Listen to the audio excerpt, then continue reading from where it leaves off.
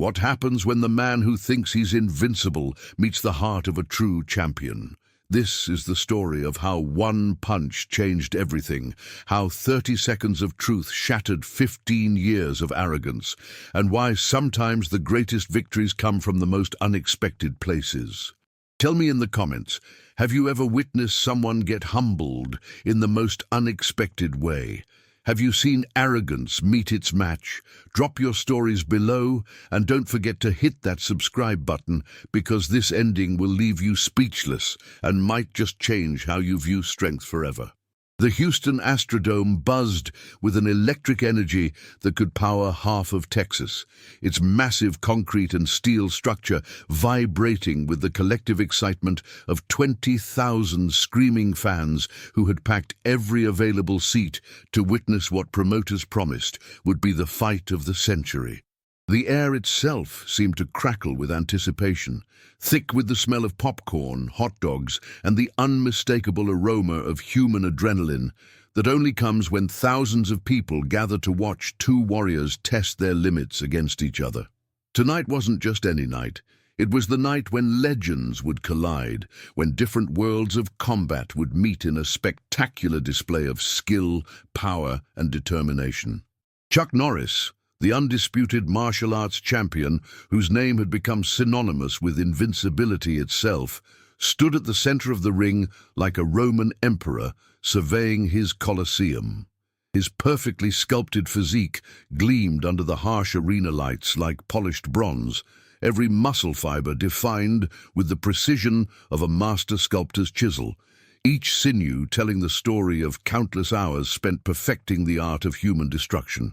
The man was a walking advertisement for physical perfection, his reputation preceding him like a tidal wave of fear and respect that had crashed over the martial arts world for more than a decade. He had built an empire on the foundation of his fists, his kicks, and his unwavering belief that no mortal man could stand against the force of his will made manifest through bone and muscle. The crowd chanted his name like a religious mantra, their voices merging into one deafening symphony of worship that echoed off the Astrodome's curved walls and seemed to shake the very heavens above. Chuck, Chuck, Chuck!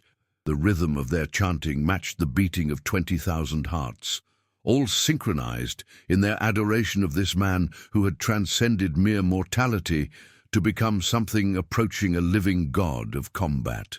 He raised his arms high above his head, his movements slow and deliberate, basking in the adoration like a plant drinking sunlight after a long winter.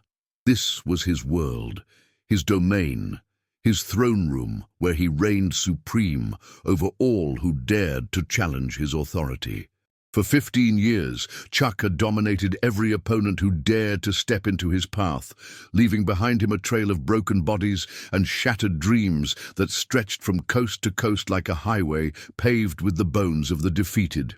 Karate masters from the ancient dojos of Japan, their techniques honed through generations of tradition, had fallen before his devastating combinations. Kickboxers from the brutal training camps of Thailand, men who had been forged in the crucible of Muay Thai warfare, had crumbled under his relentless assault. Street fighters from the roughest neighborhoods in America, warriors who had learned their craft in back alleys and prison yards where weakness meant death, had all discovered that their hard-earned survival skills were no match for Chuck's scientific approach to human destruction. His record was spotless, unblemished, perfect in its terrible beauty. 47 wins, 0 losses, 0 defeats, 0 moments of doubt or vulnerability. Each victory had been recorded, catalogued, and dissected by sports analysts who spoke of his techniques with the reverence usually reserved for religious texts. His knockout of brutal Bob Martinez had been studied frame by frame in martial arts academies across the world. His submission of the legendary grappler Tony the Shark Benedetto had been analyzed by combat experts who still couldn't fully explain how Chuck had escaped what appeared to be an impossible position. His devastating defeat of the supposedly invincible kickboxer Lightning Luis Rodriguez had been replayed on television so many times that it had become embedded in the collective consciousness of fight fans everywhere. Tonight was supposed to be just another chapter in his legend, another victim to add to his collection of conquered souls, another demonstration of why Chuck Norris was considered the most dangerous man alive. The announcer's voice boomed through the sound system like thunder from Mount Olympus, introducing the man who believed he was untouchable, unbeatable, unstoppable, and, perhaps most dangerously of all, unteachable.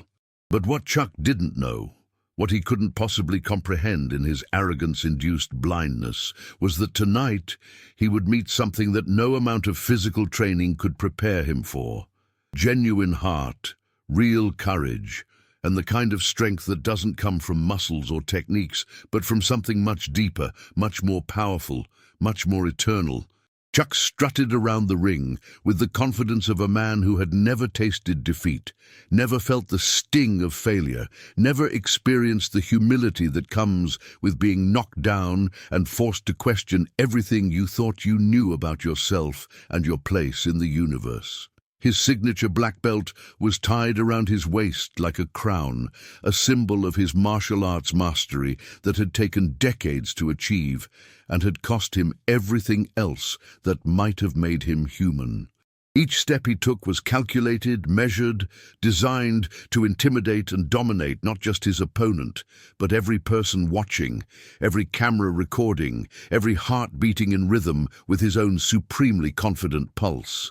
He shadowboxed for the cameras with movements that flowed like liquid violence, each punch and kick thrown with technical perfection that would have been beautiful if it hadn't been so terrifyingly efficient. The media loved him with the desperate passion of an industry that thrives on larger-than-life personalities and marketable mythology. He was their golden boy, their poster child for American martial arts supremacy, their perfect combination of skill, charisma, and ruthless ambition. Magazine covers featured his chiseled jaw and steely eyes staring out from newsstands across the country like the face of a conquering general. Television interviews showcased his philosophical quotes about strength and weakness, life and death, victory and defeat, words that sounded profound but were ultimately empty of the wisdom that can only come from genuine suffering and authentic struggle. Movie studios threw millions of dollars at his feet for the privilege of capturing his essence on film, creating action epics that portrayed him as an unstoppable force of justice and righteousness. But beneath the surface of this carefully crafted image, behind the facade of interviews and photo shoots and public appearances, lay something darker than mere confidence, something more sinister than simple pride. It was arrogance in its purest form, ego that had grown so massive it had consumed every ounce of humility he might have once possessed. Vanity that had devoured his soul and replaced it with something cold and hollow and ultimately fragile. Chuck didn't just believe he was the best. He believed he was untouchable, that the laws of physics and human limitation didn't apply to him, that he existed on a plane of reality separate from and superior to ordinary mortals. The monster of ego that Chuck had become hadn't appeared overnight. It had been carefully fed and nurtured over the years by an army of yes-men and sycophants, people who had recognized early on that their meal ticket depended on keeping Chuck's self-image inflated to dangerous proportions. His training camp had become less of a place of learning and growth and more of a temple dedicated to the worship of his own magnificence. Sparring partners were carefully selected not for their ability to challenge him, but for their willingness to lose convincingly while making him look spectacular in the process. They were paid performers in an elaborate theatrical production designed to maintain the illusion of Chuck's invincibility, actors playing the role of conquered enemies in a drama that had lost all connection to authentic competition. His coaches had long ago given up any pretense of actually coaching him. instead focusing their energy on finding new ways to praise techniques he had mastered years ago and validate strategies that worked only because his opponents were carefully chosen to be inferior. They lived in constant fear of offering genuine criticism or suggesting areas for improvement, knowing that Chuck's ego could no longer tolerate even the slightest suggestion that he might have weaknesses or limitations. His managers saw only dollar signs when they looked at him, calculating the revenue streams that flowed from his reputation like tributaries feeding a mighty river of cash. They had become experts at finding opponents who would provide spectacular-looking challenges while posing no real threat to their Golden Goose's perfect record.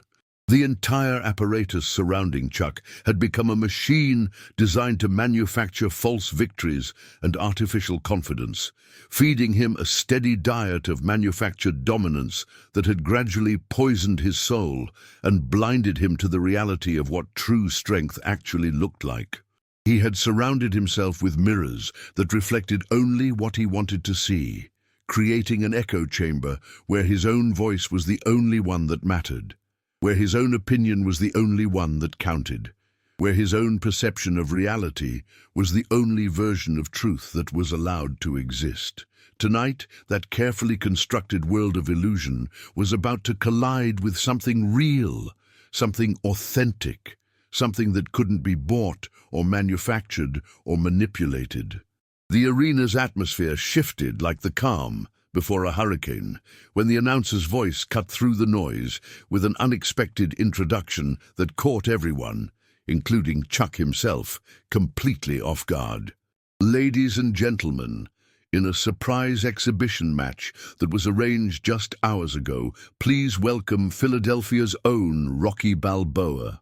The crowd's reaction was a complex symphony of emotions. Some cheered with genuine appreciation for the legendary boxer whose underdog story had captured America's heart decades ago, while others seemed confused by this unexpected addition to the evening's entertainment, wondering what possible relevance an aging prizefighter could have in a showcase designed to demonstrate Chuck Norris's martial arts supremacy. Rocky emerged from the tunnel like a ghost from another era, his weathered face telling stories of 1,000 battles fought and won through sheer determination, rather than natural talent or political maneuvering or carefully orchestrated career management. He wasn't the young, hungry fighter who had once captured the nation's imagination with his relentless pursuit of glory and his refusal to stay down no matter how hard life hit him. Time had etched lines around his eyes, like a roadmap of struggles overcome. Grey had touched his temples like badges of honor, earned through years of service to his craft, and his hands showed the accumulated damage of decades spent punching heavy bags and human faces with equal dedication and commitment. But something indefinable still burned in his eyes, a quiet flame that had never been extinguished by age, defeat, criticism, or the countless experts who had written him off as yesterday's news. A relic from a bygone era when heart mattered more than hype and character counted for more than charisma. He wore simple black shorts and a plain white tank top. No fancy logos or sponsor patches, no elaborate entrance choreography or pyrotechnic displays designed to manufacture excitement and artificial drama. He was just Rocky, plain and simple, the same man who had climbed the steps of the Philadelphia Museum of Art and raised his fists to the sky in victory so many years ago, when the world was younger and dreams seemed more possible and underdogs could still believe in miracle endings. The contrast between him and Chuck Norris couldn't have been more stark, couldn't have been more telling, couldn't have been more symbolic of the eternal struggle between substance and style, between authentic strength and manufactured power. Where Chuck was all flash and intimidation, Rocky was substance and quiet dignity wrapped in the humble packaging of a man who had never forgotten where he came from or who he really was, beneath the fame and the accolades and the legendary status. Where Chuck commanded attention through force and showmanship and carefully choreographed displays of physical dominance, Rocky earned respect through authenticity and genuine humility, and the kind of presence that comes only from having been tested by life's hardest lessons and having emerged with his essential humanity intact. He climbed through the ropes with the same methodical precision he had used throughout his career, each movement economical and purposeful, free of the theatrical gestures and dramatic flourishes that had become the standard operating procedure for modern combat sports. There was something almost spiritual in his simplicity, something profound in his lack of pretension, something deeply moving in his refusal to be anything other than exactly what he was. A fighter who had learned that true strength comes not from dominating others, but from mastering yourself, not from proving your superiority, but from proving your character, not from winning every battle, but from choosing the right battles to fight. The crowd began to shift their energy as they sensed something special in the air, something that couldn't be manufactured by promotional campaigns or marketing departments, something real and raw and beautiful in its unvarnished honesty. These were fight fans who had seen every type of warrior imaginable, from technically perfect martial artists to devastating knockout punchers to submission specialists who could tie human bodies into impossible knots. But there was something different about Rocky, something that transcended technical skill or physical attributes or even competitive record. There was a quality of presence that filled the arena like incense filling a cathedral, a sense of gravitas that made even the most cynical observers sit up and take notice. This wasn't just another fighter. This was something approaching a living embodiment of the warrior spirit in its purest form, untainted by ego or commerce or the corrupting influence of success without struggle, victory without sacrifice, power without responsibility. Chuck's reaction to Rocky's entrance was immediate and predictably arrogant, his carefully cultivated image of superiority kicking into overdrive as he processed this unexpected challenge to his carefully orchestrated evening of personal glorification. He looked at the aging boxer with the kind of disdain usually reserved for insects or other insignificant creatures that dare to intrude upon the attention of their betters, his perfect features twisting into a cruel smile that revealed the ugly truth lurking beneath his handsome facade. This was the real Chuck Norris, stripped of the Hollywood glamour and the carefully managed public persona, exposed as nothing more than a bully with exceptional physical skills and a fundamental inability to recognize genuine quality in anyone other than himself. He began his psychological warfare immediately, launching into the same tactics he had used to break down opponents before the first punch was ever thrown, the same verbal assault patterns he had perfected over years of crushing lesser men's spirits before destroying their bodies. "So this is what they're giving me now?" Chuck's voice carried clearly through the arena's microphone system, each word dripping with contempt and theatrical disgust, designed to humiliate Rocky in front of 20,000 witnesses. An old boxer who should be home playing with his grandchildren instead of pretending he can still fight. The words hung in the air like poison gas, filling the arena with an uncomfortable tension that made decent people squirm in their seats and wonder when entertainment had crossed the line into cruelty. The crowd's murmur grew louder, some laughing along with the martial arts champion's verbal cruelty, swept up in the mob mentality that transforms ordinary people into willing participants in someone else's humiliation. But others began to feel genuinely uncomfortable with the level of disrespect being shown to a man who had given his entire life to the sport of boxing, who had earned his place in history through blood and sweat and an indomitable refusal to quit when quitting would have been easier than continuing. Chuck began to circle Rocky like a predator stalking wounded prey, his movements exaggerated and theatrical, designed to make the older man look small and helpless by comparison, to emphasize the supposed gap in age and athleticism and fighting ability. "Look at him," Chuck continued his verbal assault with increasing viciousness, pointing at Rocky with theatrical disgust that would have been comical if it hadn't been so genuinely cruel. This is what passes for competition these days. A washed-up has-been who couldn't even beat a decent amateur in his prime? Chuck's words echoed through the arena like bullets fired from a gun loaded with pure malice, each syllable calculated to inflict maximum psychological damage on his intended target. But something extraordinary was happening that Chuck's ego-blinded eyes couldn't see, something that his arrogance-poisoned mind couldn't comprehend. Rocky stood in the center of the ring, absorbing the insults with the same stoic patience he had shown throughout his career when facing opponents who tried to get inside his head before the fighting even began. His expression remained neutral, almost serene, like a Buddhist monk enduring a violent storm, with the knowledge that all weather patterns eventually pass, and the sun always returns to shine again.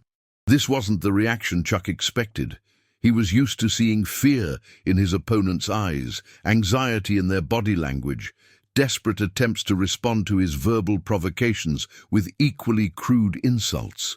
But Rocky gave him nothing to feed on. No emotional response to exploit, no sign that the words were having any effect whatsoever on his mental state or his confidence or his resolve to do whatever he had come here to do. Rocky had heard it all before, lived through every possible variation of disrespect and dismissal that the fight game could devise. Critics had called him a bum, a nobody, a fluke who had gotten lucky against better men through some cosmic accident of timing and circumstance. Sports writers had dismissed him as a club fighter who had stumbled into situations beyond his ability to handle. Fellow boxers had looked down on him as a crude brawler who lacked the technical sophistication to compete with real artists of the sweet science. Promoters had tried to use him as a stepping stone for their favored fighters, assuming he would be an easy victory that would make their golden boys look spectacular. But Rocky had learned long ago that words were just noise, and noise couldn't hurt you unless you let it penetrate your defenses and poison your sense of self-worth. The real measure of a man wasn't found in his trash talk or his ability to intimidate others with verbal cruelty. It was found in his heart, his courage, his willingness to stand up when everything inside him wanted to fall down, his capacity to endure suffering without losing his essential humanity. The referee, a seasoned professional named Martinez, who had officiated hundreds of matches throughout his 20-year career in combat sports, stepped between the two fighters with growing concern etched across his weathered face like worried lines carved by decades of witnessing human conflict at its most raw and unforgiving. This wasn't what he had signed up for when he agreed to work what was supposed to be a friendly exhibition match, a showcase of different fighting disciplines that would entertain the crowd while demonstrating the respect and professionalism that should exist between warriors who had dedicated their lives to the martial arts. What was supposed to be a celebration of combat sports had transformed into something uglier, something that made his stomach churn with unease, and his professional instincts scream warnings about the potential for real violence to erupt.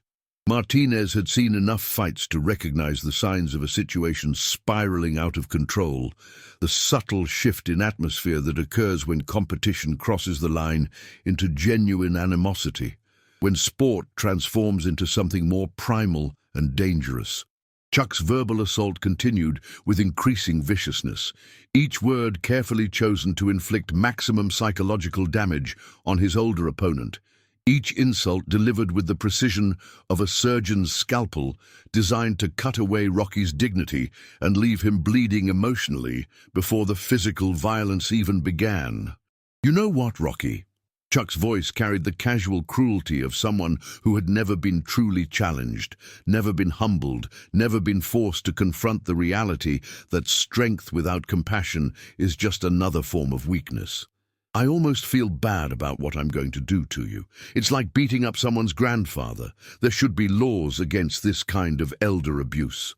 The words hung in the arena's air like a toxic cloud, poisoning the atmosphere and transforming what should have been an entertaining spectacle into something that felt more like a public execution than a sporting contest. The crowd's reaction began to shift dramatically as Chuck's words crossed the line from competitive banter into genuine cruelty that made decent people uncomfortable with their own presence as witnesses to such unnecessary brutality. Many fans who had initially supported the martial arts champion began to feel genuinely disgusted by his behavior, their cheers turning to uncomfortable silence and scattered boos that grew louder with each passing moment. Rocky continued to stand motionless in his corner of the ring, his breathing steady and controlled, like a meditation master who had learned to find peace in the eye of any storm. His eyes focused on something beyond the physical realm of the arena that surrounded them. This was the result of lessons learned during his long career in a sport that tests not just physical abilities, but mental fortitude, emotional resilience, and spiritual strength. He had discovered that the mind was the most important weapon in any fighter's arsenal, more crucial than hand speed or punching power or technical knowledge. If you could control your thoughts, you could control your emotions. If you could control your emotions, you could control your body. And if you could control your body, you could endure anything that life threw at you, whether it came in the form of physical punishment or psychological warfare, or the simple passage of time that eventually defeats all warriors who rely solely on youth and physical attributes. Adrian's voice echoed in his memory from all those years ago, cutting through Chuck's verbal assault like a shaft of pure light, piercing the darkness of hatred and cruelty. "Win!" she had told him, not with the bloodthirsty enthusiasm of a fight fan hungry for violence, but with the quiet conviction of someone who believed in him when nobody else did, who had seen something special in him when the rest of the world saw only a bum from the streets of Philadelphia with more heart than skill and more determination than sense. That voice, that love, that unwavering faith in his essential worth as a human being. It had carried him through every battle of his career, every defeat that had tried to break his spirit, every moment when quitting would have been easier than continuing to fight against overwhelming odds. Adrian had understood something that Chuck Norris, for all his martial arts mastery and physical perfection, had never learned, that true strength comes from love, not hatred, from building others up, not tearing them down, from serving something greater than yourself, not from feeding your own ego at the expense of other people's dignity. Now, facing this arrogant young man who mistook cruelty for strength and believed that the ability to hurt others was the same thing as the ability to inspire them, Rocky drew on that same inner reserve that had sustained him throughout his legendary career. That same wellspring of quiet power that had enabled him to stand toe-to-toe with the greatest fighters of his generation and emerge victorious not just in terms of wins and losses, but in terms of character and integrity and the kind of legacy that transcends sports statistics. Chuck's confidence reached its absolute peak as he began his final pre-fight demonstration, a carefully choreographed display of martial arts mastery designed to intimidate his opponent and entertain the crowd while simultaneously feeding his own insatiable need for adoration and validation. He launched into a series of lightning-fast kicks that cut through the air with whistling precision, each movement flowing seamlessly into the next like a deadly ballet performed by a dancer who had trained his entire life for this moment of perfect physical expression. His legs moved with mechanical precision, striking invisible targets at head height, body level, and leg level with combinations that would have devastated any normal human being foolish enough to stand in their path. The technical skill on display was undeniably impressive. Years of dedicated training had honed his body into a perfect weapon, every muscle fiber programmed to deliver maximum damage with minimal effort, every movement refined through countless repetitions until it had achieved a level of efficiency that bordered on the supernatural.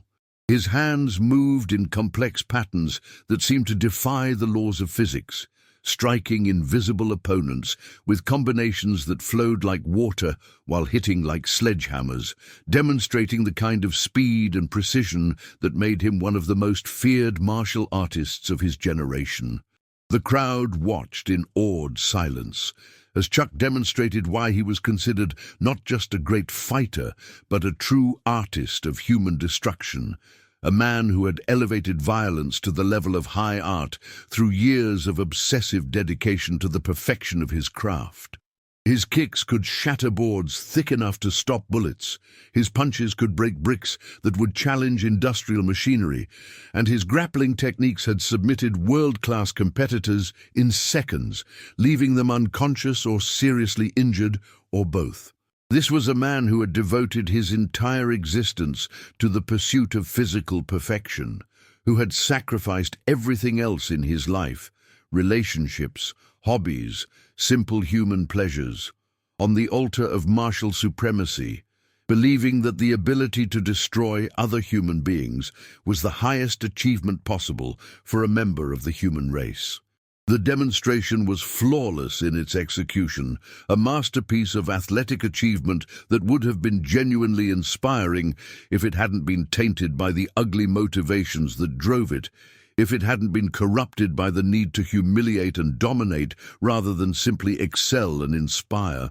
But as Chuck performed his elaborate display of technical mastery, something crucial was missing from the equation that no amount of training could provide, no degree of physical conditioning could compensate for, no level of technical knowledge could replace.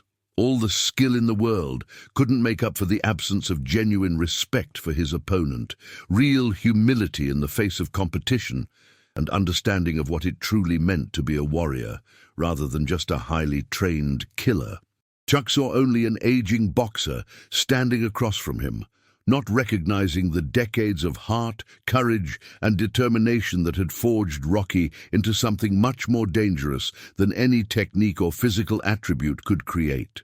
He was looking at Rocky through the distorted lens of his own arrogance, seeing only what he expected to see, an old man past his prime, a has-been who had stumbled into a situation beyond his ability to handle, a convenient target for another spectacular demonstration of Chuck Norris supremacy. What he failed to recognize was that he was facing a man who had been tested by fire and had emerged not just unburned but purified, strengthened, transformed into something that transcended the merely physical realm of combat and entered the spiritual dimension where true warriors are forged. Chuck flexed his muscles for the cameras one final time, his perfect physique rippling under the arena lights like a Greek statue come to life, every line and curve sculpted by years of training that had transformed his body into something that seemed almost superhuman in its perfection. The crowd erupted in appreciative applause, their earlier discomfort temporarily forgotten in the face of such impressive athleticism, such undeniable display of human physical achievement pushed to its absolute limits. 20,000 people rose to their feet as one, their cheers washing over Chuck like a drug feeding his addiction to admiration and validation. He raised his arms in premature victory, already mentally counting the money this exhibition would generate, and planning his next media appearance, where he would boast about dominating yet another inferior opponent, another stepping stone on his path to immortality. But victory celebrations before the battle is fought are always dangerous, always premature, always a sign that the celebrant has forgotten the most basic truth of combat, that any fight can end with a single moment, a single mistake, a single perfect shot that changes everything forever. The bell rang with a sharp, metallic note that cut through the arena's noise like a knife through silk, officially beginning what everyone expected to be a brief and one-sided demonstration of Chuck Norris's superiority over an aging boxer who had no business sharing the same ring with a martial arts master at the peak of his powers. The sound seemed to hang in the air for an eternity, marking the moment when all the trash talk and psychological warfare would give way to the brutal honesty of physical combat, when words would be replaced by action and reputation would be tested against reality. Chuck exploded forward with the speed and precision of a guided missile, his body moving in perfect harmony as years of training took over his conscious mind and transformed him into a weapon of mass destruction aimed directly at Rocky's head. His first combination was a masterpiece of martial arts technique, a lightning-fast jab designed to test Rocky's reflexes, followed immediately by a spinning heel kick that whistled through the air with enough force to decapitate a lesser opponent. The crowd gasped as Chuck's foot passed mere inches from Rocky's head, the wind displacement actually moving the older boxer's grey hair and demonstrating just how close the kick had come to ending the fight before it really began. But something impossible happened in that moment, something that defied Chuck's expectations and challenged his understanding of how these encounters were supposed to unfold. Rocky, moving with an economy of motion that bordered on the supernatural, simply wasn't where Chuck expected him to be when the devastating attack arrived at its intended target. The aging boxer had shifted his weight with subtle precision, creating just enough space to avoid the devastating attack without appearing to hurry or panic or even exert significant effort. It was like watching a master magician perform sleight of hand. The movement was so slight, so perfectly timed, so economical in its execution, that it seemed almost accidental to observers who didn't understand the years of experience and ring knowledge that had made such defensive perfection possible. Chuck's eyes widened slightly in surprise. This wasn't how the script was supposed to go, according to his carefully constructed worldview. His opponents were supposed to be intimidated by his speed, overwhelmed by his technique, paralyzed by his reputation and the knowledge that they were facing someone who had never been defeated, never been seriously challenged, never been forced to dig deep and find reserves of strength and will that he didn't know he possessed. But Rocky stood calm and centered in the middle of the ring. His guard position perfect despite his age, his breathing controlled despite the intensity of Chuck's attack, his eyes focused with laser intensity on Chuck's center mass, rather than being distracted by the spectacular hand and foot techniques that were designed more to impress spectators than to actually land with fight-ending impact. For the first time in recent memory, Chuck felt a tiny flutter of uncertainty in his stomach, a small voice in the back of his mind wondering if maybe this wasn't going to be as easy as he had assumed, if perhaps he had underestimated the man standing across from him with such quiet dignity and unshakable composure. He quickly dismissed these doubts as temporary confusion, brought on by the unexpected nature of Rocky's defensive movement, convincing himself that it had been nothing more than luck, a fortunate accident that wouldn't be repeated once he really began to apply pressure and demonstrate the full range of his martial arts arsenal. Chuck launched into his second attack sequence, this one even more complex and devastating than the first. A flowing combination that had been perfected through thousands of hours of practice and had never failed to overwhelm even the most skilled opponents he had faced throughout his career. A series of hand strikes flowed seamlessly into a knee thrust, which transitioned without pause into another spinning technique that had knocked out 3 of his previous opponents and left them unconscious on the canvas before they even realized what had hit them. The combination was poetry in motion, a deadly sonnet written in the language of human destruction and performed with the kind of technical perfection that separated true martial artists from mere brawlers who relied on heart and determination rather than scientific precision. But again, impossibly, Rocky moved just enough to avoid the attack, his movements so subtle they seemed almost accidental, so perfectly timed they appeared to be the result of supernatural intuition rather than decades of experience reading opponents and understanding the rhythms and patterns of combat at the highest level. Chuck was beginning to realize that nothing about Rocky's defensive positioning was accidental.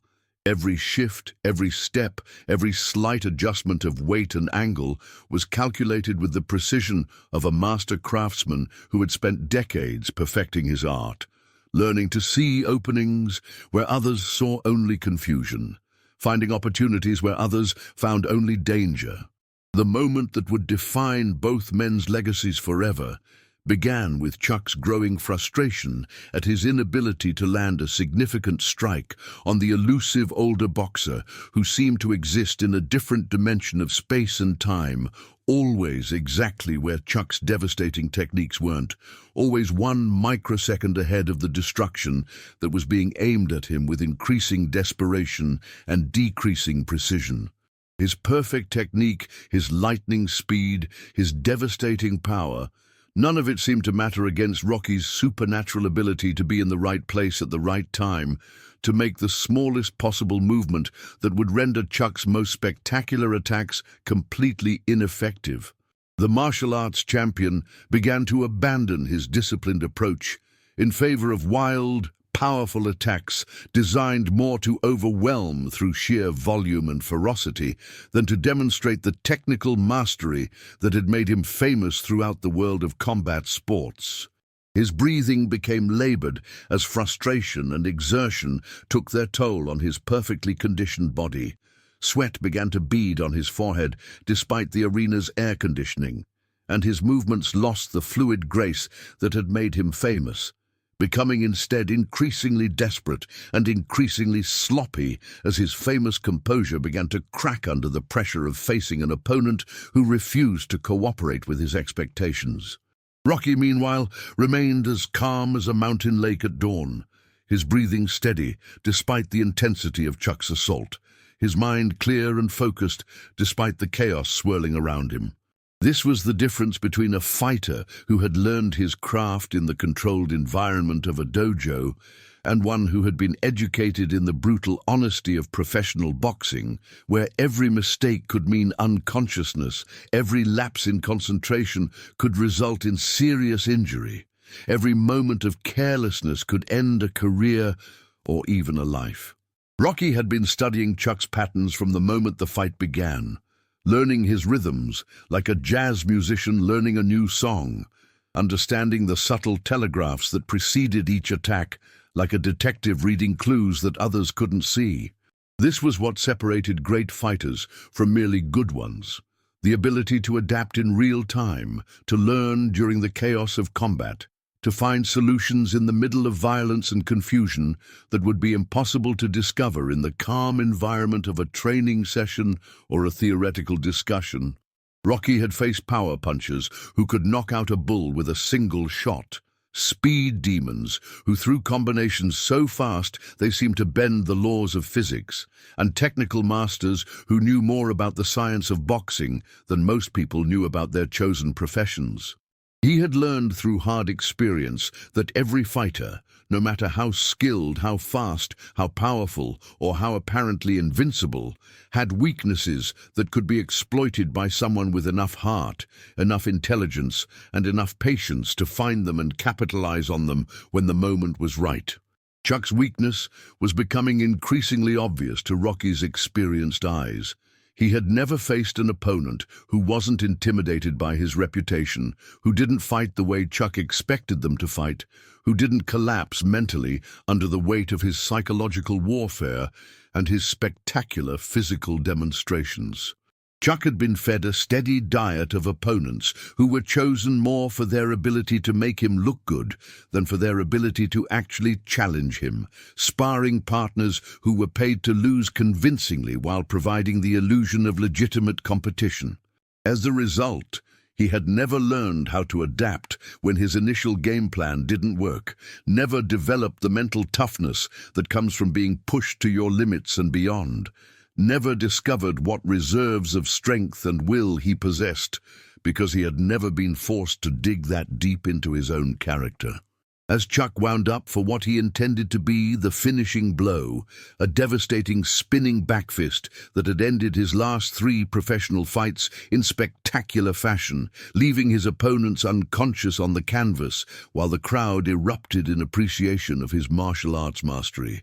Rocky saw his opening with the clarity that comes from decades of experience in reading opponents and recognizing the split-second opportunities that separate victory from defeat. It was a tiny window of opportunity that lasted maybe half a second, invisible to casual observers but as clear as daylight to someone who had spent his entire adult life learning to recognize such moments and act on them without hesitation, without doubt, without the paralysis of overthinking that destroys more fighters than any physical technique ever could. Rocky's entire career had been built on his ability to find these moments of opportunity in the midst of chaos, to see the path to victory even when he was losing, to maintain hope even when the odds were stacked impossibly against him. As Chuck's body rotated through the complex spinning motion that would deliver his signature finishing technique, his guard dropped for just an instant to generate maximum power for the strike that he expected would end this embarrassing exhibition and restore his damaged ego. In that microscopic moment of vulnerability, when Chuck's perfectly conditioned body was committed to the spinning motion and couldn't change direction or defend against a counterattack, Rocky stepped forward with the timing of a Swiss watch and threw the most perfectly timed, perfectly placed, perfectly executed punch of his entire career. The movement was so subtle, so economical, so lacking in theatrical flourish that many in the crowd missed it entirely, but those who understood boxing recognized it immediately as a masterpiece of the sweet science, a demonstration of how decades of experience could be distilled into a single moment of pure technical perfection. The punch that changed everything was deceptively simple in its execution, but devastating in its impact, a testament to the truth that in boxing, as in life, it's not always the flashiest techniques that prove most effective, but rather the fundamental skills executed with perfect timing and unwavering precision. Rocky's right hand traveled less than 18 inches from his guard position to Chuck's solar plexus, but it carried with it the accumulated power of every training session he had ever endured, every sparring round he had ever survived, every professional fight he had ever experienced, every lesson he had learned about the art and science of delivering force at exactly the right moment to exactly the right target. It wasn't the hardest punch he had ever thrown. That honor belonged to the shot that had dropped Ivan Drago in Russia all those years ago, when the fate of American pride had rested on his shoulders and he had summoned strength from reserves he didn't know existed. It wasn't the fastest punch he had ever thrown. Age had inevitably robbed him of some of his hand speed, though it had given him something perhaps more valuable in return: the wisdom to know when and where and how to throw the perfect punch rather than simply the most spectacular one. What made this punch special? What gave it the power to topple a man who had seemed invincible to everyone, including himself, was its absolute perfection of placement and timing, its complete harmony with the moment in which it was delivered. Rocky's fist connected with Chuck's solar plexus at the exact instant when the martial arts champion's body was rotating through his spinning technique, when his abdominal muscles were extended rather than contracted in defensive readiness, when his breathing was at its most vulnerable point in the cycle of inhalation and exhalation. The impact sent a shockwave through Chuck's entire nervous system, disrupting not just his breathing and his balance, but his very consciousness, his sense of self, his understanding of his place in the universe, and his relationship to the fundamental forces of physics that govern all human existence. The punch landed with a sound like thunder, muffled by flesh and bone, a deep, resonant impact that seemed to echo not just through the arena but through time itself, marking the moment when invincibility revealed itself to be nothing more than an illusion, when perfection showed its fatal flaws, when the seemingly impossible became undeniably real. Chuck's eyes widened in absolute shock as his body betrayed him for the first time in his professional career.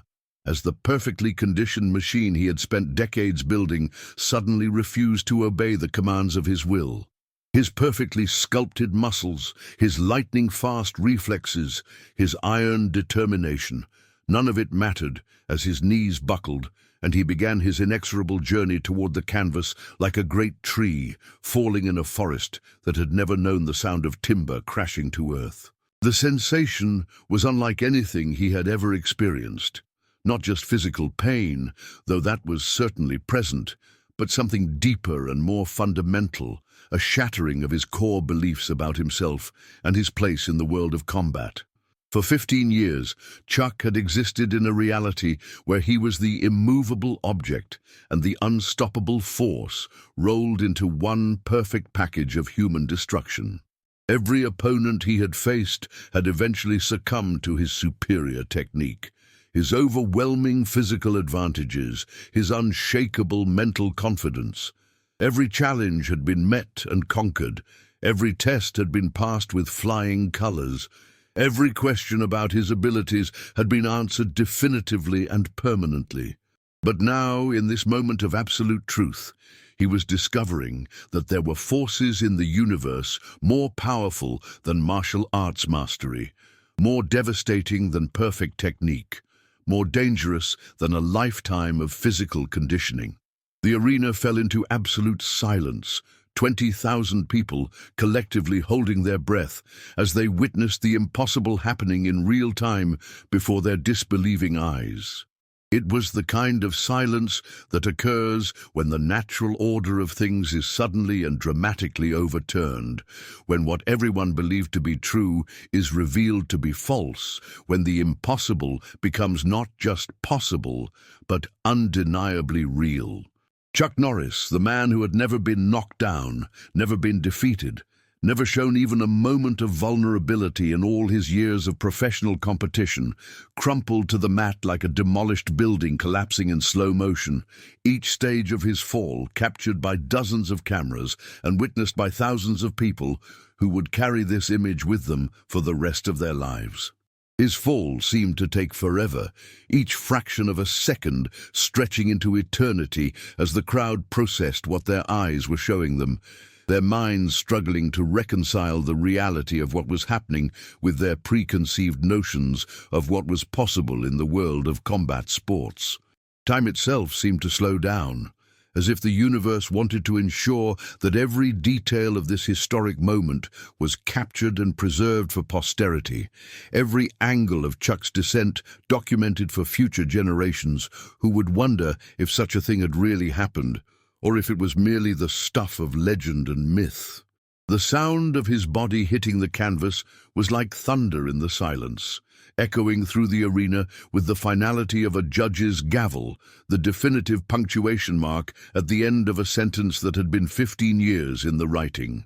It was a sound that seemed to contain within it all the accumulated arrogance and cruelty that had led to this moment, all the hurt and humiliation that Chuck had inflicted on others throughout his career, coming back to him in one perfect moment of karmic justice.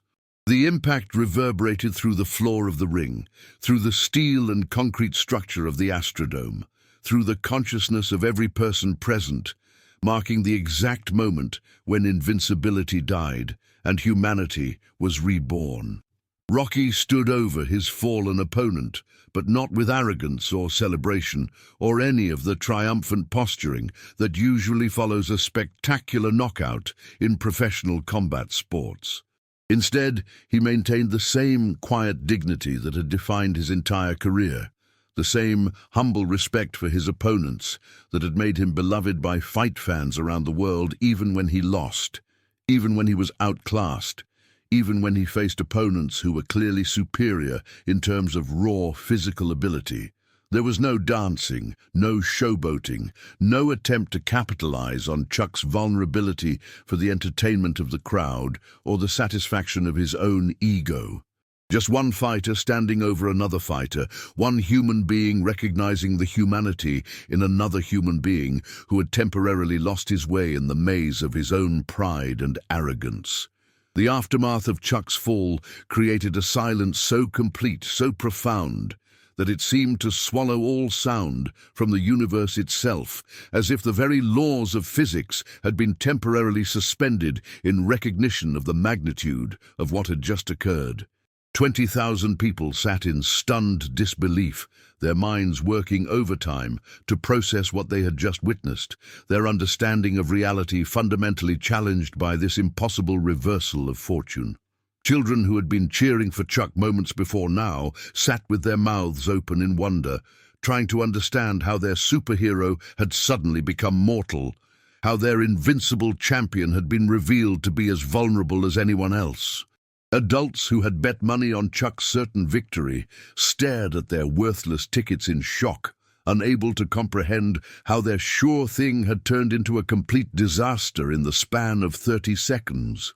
Sports commentators who had built their careers on predicting outcomes and analyzing fighter capabilities sat speechless at their microphones, their expertise suddenly seeming inadequate in the face of this unprecedented turn of events.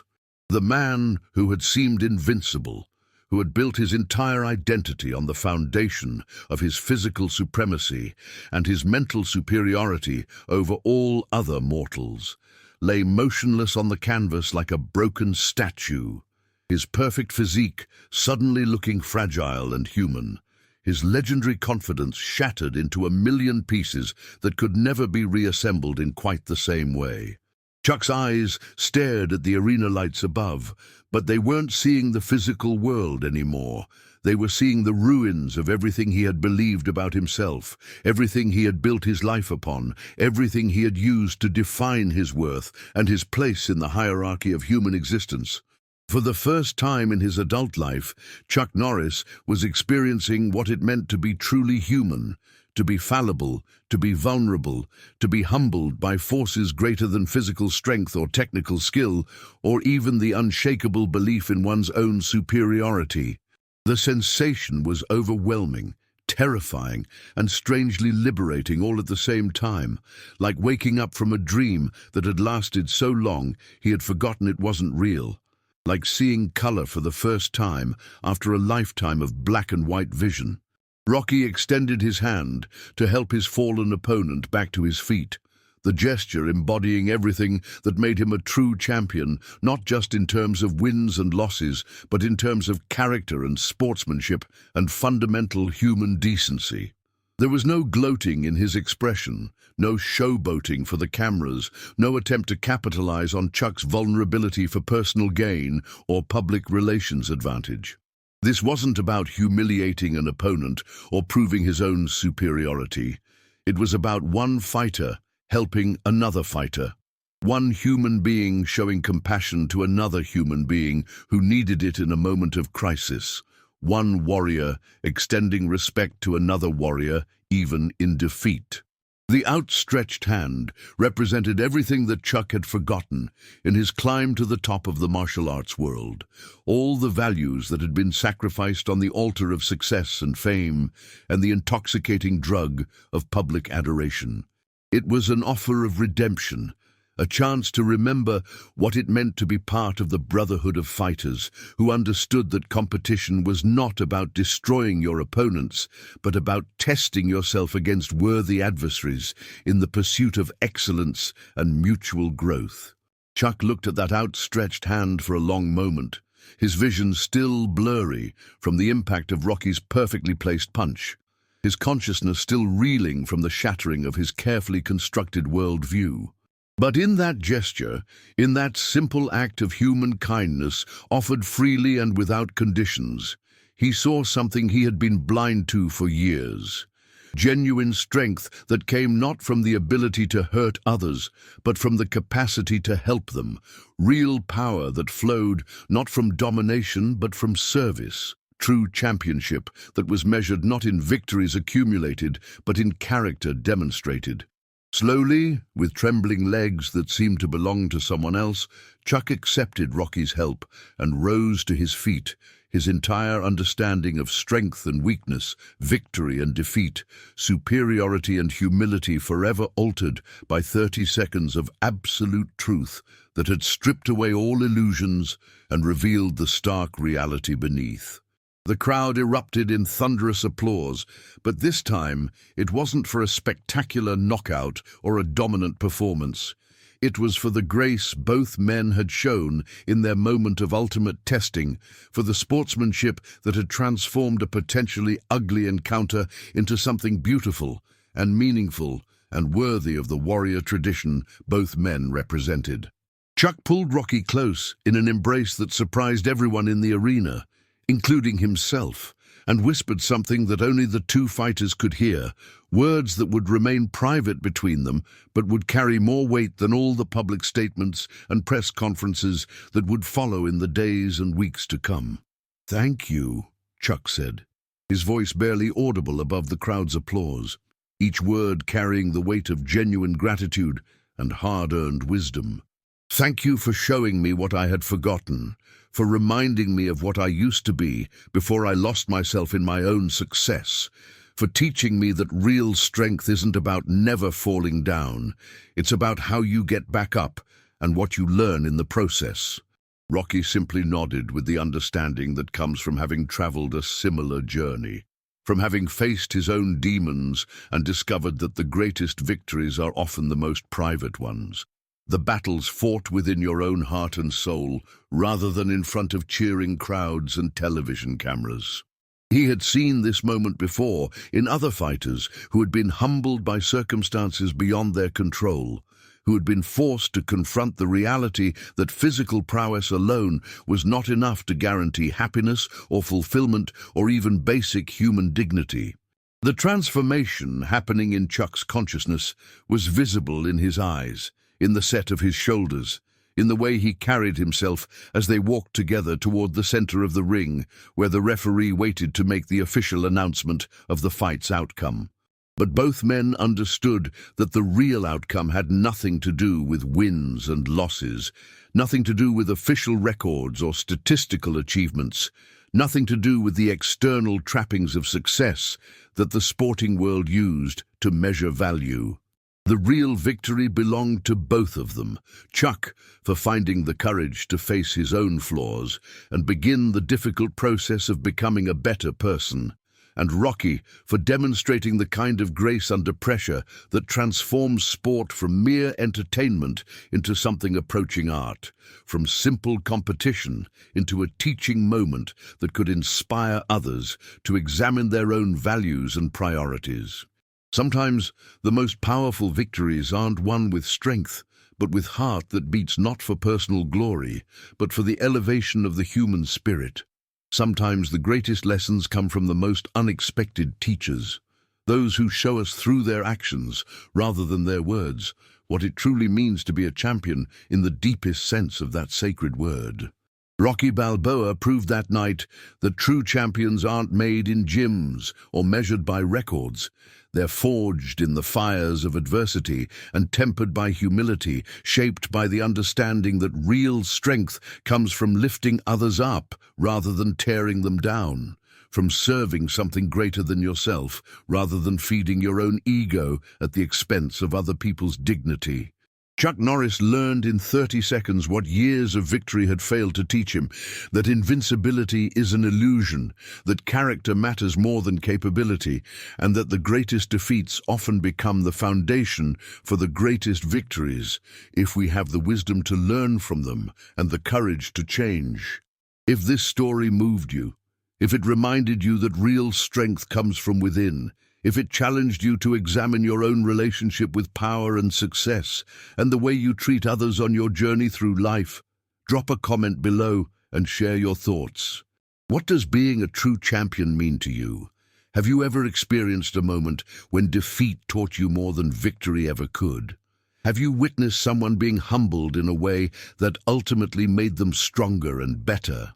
Don't forget to subscribe for more incredible stories of triumph, heart, and the human spirit that remind us all of what we're capable of when we choose to be our best selves rather than our most ruthless ones. Hit that notification bell, because next week we're bringing you another story that will challenge everything you think you know about what it means to be truly strong, truly successful, and truly worthy of the respect and admiration of others.